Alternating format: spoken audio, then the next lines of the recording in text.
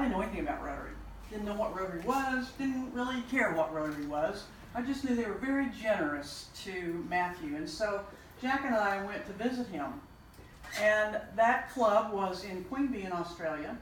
Nice folks, evening meeting was not my idea, something I wanted to do on a vacation, go to a Rotary meeting. But Matthew insisted that we do that. So we went, and they didn't have a speaker that evening. Instead, they were planning a debate with another Rotary club. And the topic of that debate was, should women be in Rotary? Oh. I had a lot to say about that. And I knew nothing about Rotary, but fortunately for the club, my husband grabbed one arm and my stepson grabbed the other, and they kept me in my seat. I did not get to give them my opinion. But that didn't really impress me about Rotary. They're still debating women in Rotary, so, just kind of blew that off. But when I got back to California a few years later, I was at the La Mesa Community Center. And I'd gone to another meeting, and as I was coming out, I saw this Rotary wheel outside one meeting room. And so I thought, okay, I'll go up and talk to these folks. The ones in Australia were pretty nice. And so they were Rotarians, and of course they asked me to come to the next meeting, and I'll think about that. But one of the women in the group was very forward-thinking. She asked for my business card, and it had my phone number. And she called me, and she called me, and she called me until I agreed to come to a meeting. It was easier to say yes to her than it was to make up more excuses. And so I went, and there was a nice enough group of people, and they were all very cordial and very friendly. But I wasn't too keen on joining this organization. It's not cheap. You got to do something every week. You got to show up. There's a lot of accountability to that. So I thought, when they asked me to join, I just don't know. But that same woman called me and called me and called me. Marilyn, you're coming back. You're going to join, right? Okay, finally. I don't know if you know Clara Harris. Clara was my sponsor. She was the caller. And finally I said, okay, all right, I'll join. Just stop calling me. I'll join. And I only did it for one reason. Because I just started my real estate practice, and I saw potential clients in that room. So I went with a pocket full of business cards to my first meeting. And when the meeting was over, I pulled those cards out, and I was ready to hand them out, and my sponsor, Clara, came up to me and said, oh no, honey, we don't do that here. Well, rats, what's the point? This was going to be my networking group. That didn't work out. Jack and I moved to Santa Fe, New Mexico after I'd been in Rotary for a few years, and I did not keep my Rotary membership up. I went right out the back door. Because see, I didn't really have a feeling about Rotary. Everybody else did, and I felt like a fake Rotarian. And you talk to somebody like David, and all the things he's involved in, and all the passion he has for Rotary, I didn't have that at all. So I didn't join Rotary. When we came back to San Diego a few years after that, who did I get a call from? How did you know I was back? How did you get my new phone number? She brought me back into the fold, and interestingly enough, we had probably 17 or 18 members at that time. And I figured out pretty quickly why they were so happy to see me back. About 13 or 14 of them had already been club president. Oh, yeah. And here was a potential new one. So I accepted that opportunity and then got to go to the convention in Birmingham, and thrilling experience. Got to see what the international part of Rotary was, because I was not a person who traveled greatly. I had not been to foreign countries or anything like that to see Rotary in action. After my year as president, I figured I don't have this Rotary passion thing because I haven't done anything outside my own small club. My world has been too small. So I volunteered to do some things at the district level, and one of the opportunities that came to me was an invitation to go with a group of Rotarians to Africa.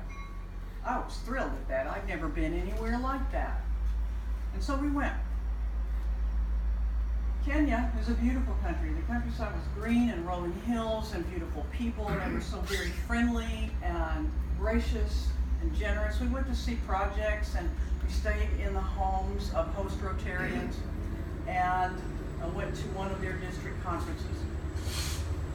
The cities were and are awful. Nairobi and Mombasa, 70% unemployment rate, very high crime rate. The cities had slums, little kids begging on the street. They came up to our van, he's higher than a kite, this little 10-year-old boy begging for money. Higher than a kite because living there is tough. We went to a hospital, and it was primitive by our standards. It was old, the equipment was old, but the staff was very dedicated. There were long lines of people waiting to get in. And I've been taking a ton of photos because I wanted to record this experience, but we went to one ward where I couldn't take a single photo. This was a ward with mothers and their babies, and the babies had encephalitis. There wasn't much treatment for that, so the mothers were living in the wards with their babies until their babies died. At that point, this was a foreign concept to me because we always had some way to treat diseases in this country, but there they did not. I was pretty much ready to come home. We visited an elementary school, and I'm a former high school English teacher in public schools, so I was pretty interested to see what the school was like. And it was in a neighborhood of shacks, and across the street was a huge high-rise apartment building, slums, horrible. That's where these kids came from who attended the school. And the school itself was built in the 60s, and there hadn't been much maintenance since then, because when the British government pulled out of Kenya, they left their structure, their way of doing things, and no support. So people did the best they could. But the government's very corrupt there, and they did not fund this public school or any public school. Broken out windows and beat up desks and chairs. I didn't see any books, just old yellow posters taped to the wall with handwritten vocabulary words and multiplication tables. The worst was the toilets. They were just pits in the ground at the back of the field.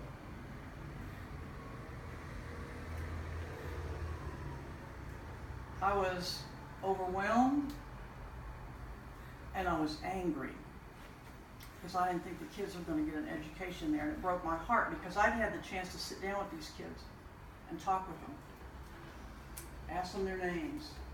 We had a little program at that school, the Rotarians who visited, and the kids set up their desks out in the open area outside the school, and as soon as the program was over, and it was one of those typical dull, boring programs where school administrators talk about goals and objectives, all that.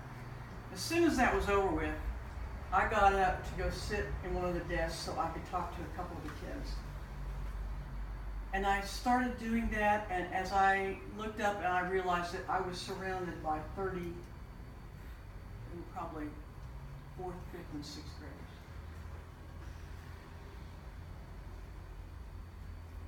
And they were interested in me. They touched my skin and my hair and asked if they could come home with me. And that's when I was so angry and so overwhelmed. I didn't know what to do. We had one more stop in that school tour, and it was a room that had been used as a classroom. But now it held 4 large stainless steel vats. And the staff explained that they used these vats. They were wood-fired cookers, and they fixed breakfast and lunch for the kids who came to school there. And on each one of those vats was a small metal tag that read, "Provided by the Rotary Club of Nairobi." And that's when I got it. That's when I understood that what Rotary really does is in the midst of overwhelmingly negative circumstances, we find a place to start. Doesn't matter how small. We find a place to start and we make a difference right there. Did feeding those kids 2 meals a day solve the crime rate in Nairobi? No. Fix the corrupt government? No. It made a difference to the kids who got those 2 meals, because we all know hungry kids can't learn. These kids at least had a chance, because they wouldn't be really, really hungry. When I got back home, it took me months to analyze what I had experienced and to understand that I was so struck by that one thing in Nairobi, that one thing they did for kids. It took me a long time to process and understand what I'd seen and put it in perspective. But now I get it.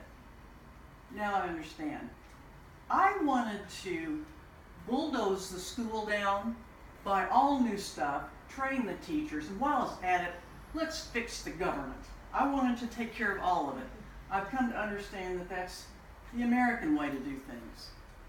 And if I couldn't do it all, why try anything? I was wrong. That's what we do, is find a starting place like you're doing with your grant and teacher training. Is it going to change the world? Probably not. Will it change lives? You betcha it will. Every project I see, in every club that I've visited, and you are number 64 of 65, I am absolutely amazed at the things Rotarians do, and I'm very humbled by the things that Rotarians do. It makes me proud to be part of this organization. Because you know what Rotary does? Rotary helps us be more than we ever thought we could. Through the grants, through the projects, through the camaraderie, we become more. And I think we get more from it than we give, actually. You know, I found a quote that pretty much sums up my philosophy now with Rotary. And it goes something like this. It's anonymous. The things we do for ourselves are gone when we're gone. But the things we do for our others, that becomes our legacy. And Rotary hands us, gives us so many opportunities to leave a legacy. That's what I'm proudest of in being a Rotarian. I can find a starting place to make a difference, and I can leave a legacy that's much beyond me, because it's all of Rotary. And so I congratulate you on forming a new club. That's not easy. 2 RI grants? Please, we've got clubs that can't get through the first one, and I'm in the process of writing one. I know how hard it is, so congratulations on that. You obviously have a lot of love and respect for each other. I didn't know this was going to be a Christmas party. When I came around, I worn some lights and some antlers. And I'm very honored that you asked me to be here this evening and that you gave me the opportunity to share a little bit about my story. Every one of you has one as good or better than my story. And I hope you will tell other people your story. Because if people knew, who are not Rotarians, if they knew what we did and how passionate we are about it, they would all be lining up to join us. But what we do as Rotarians is we just go do it. We don't brag, we don't talk about it, we don't publicize it. We're the best kept secret on the planet. So tell your story, spread your story.